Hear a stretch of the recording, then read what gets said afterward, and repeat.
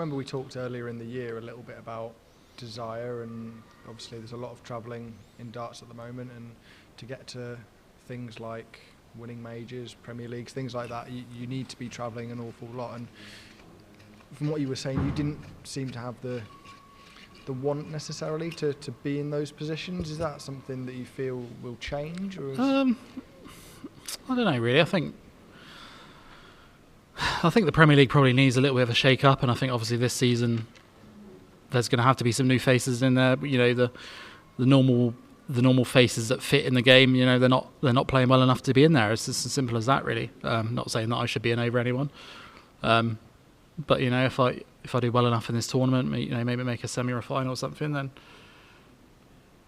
I'd love to be in it if I was picked just out of merit. You know, so yeah, we'll see. We'll just see how it goes.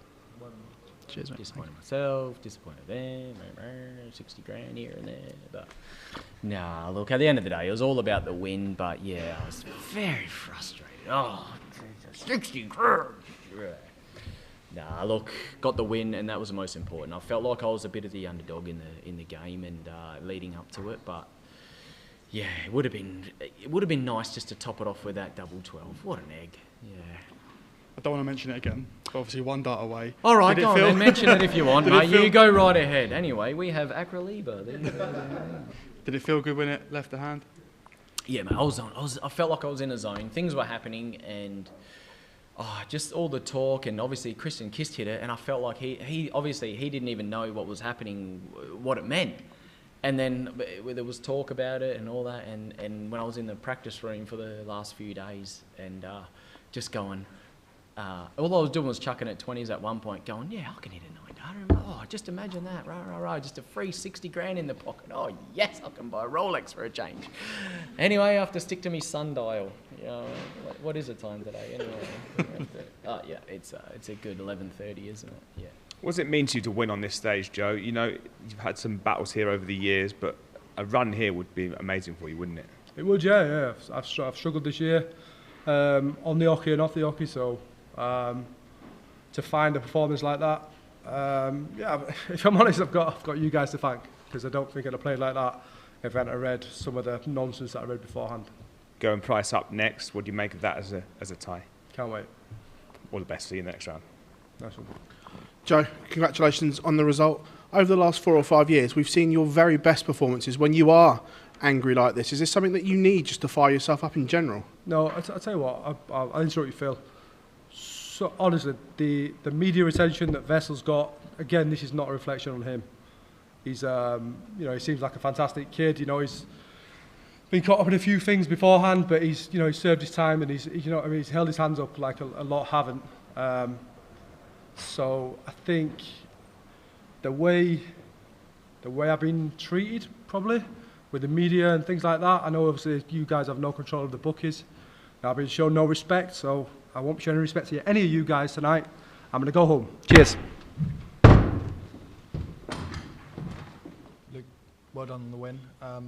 How different was the pressure tonight coming back to the World Championships than it was in all the other major events that you've played this year on the PDC? Yeah, it was a weird feeling. Obviously, it's the biggest stage out there, the last tournament of the calendar year. But I just had to somehow get over the line, and I'm happy I've got over that line. And there was a huge release of emotion after just winning the first set, which obviously went to that final leg. How crucial do you feel that first set was in the occasion? Yeah, it was crucial against the throw, and then come back on stage with the darts, and then Ryan obviously broke back. But yeah, I shouldn't have won that first set, but I did, and then you have to switch on from there. Yeah, Barney pulled me aside earlier and said, "Can I have a quick word?" And I said, "Well, get it up on my phone if you want me." He was already playing Humphries, and he couldn't remember. He's done a lot of interviews and he got a bit, tired and couldn't remember. But yeah, a few of them are moaning about the Luke and the Luke, but they deserve to have that credit off the media. But then they're doing exactly to the players who are coming up what they think is being done to them. That's all I'm going to say about that. I knew that at that moment, because he was putting so much pressure in his first game to aim to play me, but he will learn. It's his first year. So in my first year, I didn't get any further than him. You spoke about how this season hasn't been your best season on the PDC circuit. We can but winning, change that in the next few weeks, isn't it? We can change that. I'm still in. how much would winning a 4th world title turn a season around? Of course, especially from this position, I think will mean the world to me. But just let it. We're gonna look towards it game by game. Don't make any mistakes, and there's still a lot to come. I know that, but you have to show it time after time. You spend so much time away from family, being a professional darts player. I guess when you put yourself in positions to win big titles like you will at Ali Pali this year, does it make it worth it when you get to these big stages? It's not about that. They know it's my life as well. It's not only that I do it because it's my job. I also do something what I love. It's my passion. It's my life. I've been doing it for the last 25 years. I've been in the PDC for nearly 18 years, and I had God know how many tournaments I played in the PDC. So for me, it's not a battle. It's something what I love to do. Yeah, no, I think the first one we did, we was averaging 110, 109, knocking 10 bells out of each other, to be honest. And listen, if you can't get yourself up to practicing with Luke Humphries, then you shouldn't be playing this sport. He's an absolute gentleman. Really enjoyed the practice with him, and it's been a privilege to me to be able to do that. And like I said, I'm more prepared now than any other World Championships we've ever done, because I've been playing with the best. So he's got the best out of me. Hopefully I've got the best out of him. You'll see that. And hopefully we can both get to the quarters, and then you'll see a ding-dong on Sky. No, I felt great. I felt great going into it, but yeah, I'm just happy to win that hell of a game. And just a word on Nico, a brilliant debut from him. He's got a really bright future ahead of him. Yeah, absolutely. Yeah, no, he's obviously if you've got your stats, I've played him a couple of times. It's 1-1. Legs wise, I'm winning, but wow, like, I knew what he can do. Like, I see him when he's practicing. Saying when we're going for the bullseye, I think he hit 3 180s in a row. Like, no, stay away from the bullseye, we'll be all right. No, but he's going to tear up some trees this year. I think he's going to upset a lot of players not with his mannerisms and stuff like that. I think his ability's incredible. And I told he's 24, so he's not got the development tour to drop back onto now. So he's got to make a proper go at this. And for you personally, having made that run to the semi-finals last year, how special was it to be back on this iconic stage again? I absolutely love it on there. Absolutely love it. I had a great time in Minehead. I've not had a great time in Minehead recently or since. To be fair, I think I've won 2 games before November at Minehead. But the fact that I played so well, the change of equipment, the mess about, I just feel so good and confident. And there was no reason at all why I couldn't win that. I just let myself down a little bit in the first set. But again, if you don't hit your doubles, and I mean, I think 3 or 4 shots at the bullseye, maybe you've taken 1 or 2 of those out, the game's completely switched around. But I was pretty decent on my doubles, and that's how you win the games. I don't know how much I can say, but keyboard warriors, they're absolutely great on me. You know what I mean? They have not. You know what? The documentary that came out that the PDC did and Dorothy Street did, I thought was absolutely fantastic. I opened up, James Wade opened up, Luke Humphries opened up, Peter Wright opened up. I thought it was fantastic, right? And I thought that's what darts needed.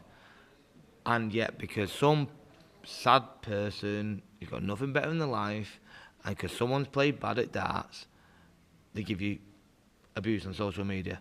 You go up there in front of 3,500 people with that atmosphere going on, whether you're good or not. I think Luke Humphries mentioned something about a guy saying about he's not that good. I beat him 10 years ago. Oh my God, mate. Right? But it's part of your job. Right? I don't agree with it. I think it's absolutely pathetic. But it's down to us as professionals to either get someone to look after it or deal with it in the right manner. But yeah, when people give me abuse, I use it as ammo. You know, stick 2 fingers up at him, and yeah, that's what I do. What drives me on? Luke Humphries and Luke Littler. That drives me on because I know I can still compete with them. You know, what I'm doing in practice, I can compete with these guys and actually be better than them. And I'm 54, coming up 55 next year in March. So, and Gary spurs me on as well. You know, these little old guys can still do it. I believe Barney will beat Luke, and then me and Barney will have, when I beat Whitemina, we'll have the best game ever you've seen on that stage. Me and Barney. So, First Barney player from the Bahamas to be here. What's it like getting into the game of darts back in Bahamas, and how many players are there over there that you think could maybe come here and compete and show how good you are? The game is recreational to a few in the Bahamas, and to some like me, it's a handful of players who wants to take it to that next level. Most of the players are veterans who've been there longer than me, so they feel that, man, I'm at the age, I'm just throwing for fun, to get out the house away from the kids and the family, just to go with the friends and, have a good time. So there are a few, and there are some youths that I really focus on, that I want them to see that it's your time. I made it here, and you could do the same, even better. Yeah, definitely. Obviously, I love playing in a Grand Slam. I think I've won it 3 times out of the 5-6 times I played in it. To be sat in the house watching it is a bit heartbreaking, but yeah, I'm looking forward to the rest of this tournament, and hopefully I'll be in it next year and be back to normal. You talked about how there's been times where you haven't enjoyed your darts over the last couple of years or so. Just sort of explain how difficult that's been when it's obviously your profession and you're spending so much time on the road sort of doing it. Yeah, obviously with the Premier League and the schedule changing, and Pro Tours going from weekends into the midweek, and then Europeans be put on a weekend. So sometimes you can go Premier League, European, Pro Tour, and you can do that for maybe 2.5, 3 weeks, and it's quite difficult trying to balance. I missed a load of tournaments early on this year, and then when I did start playing them, I put myself under pressure to try and win, and lost a couple of Europeans first round, so you don't get your ranking points, and just made it difficult for myself, and probably my frame of mind was all right, but yeah, that's gone now, and 2025 is around the corner, and I'll be a lot better. The crowd seemed to really enjoy it, and I know it's as that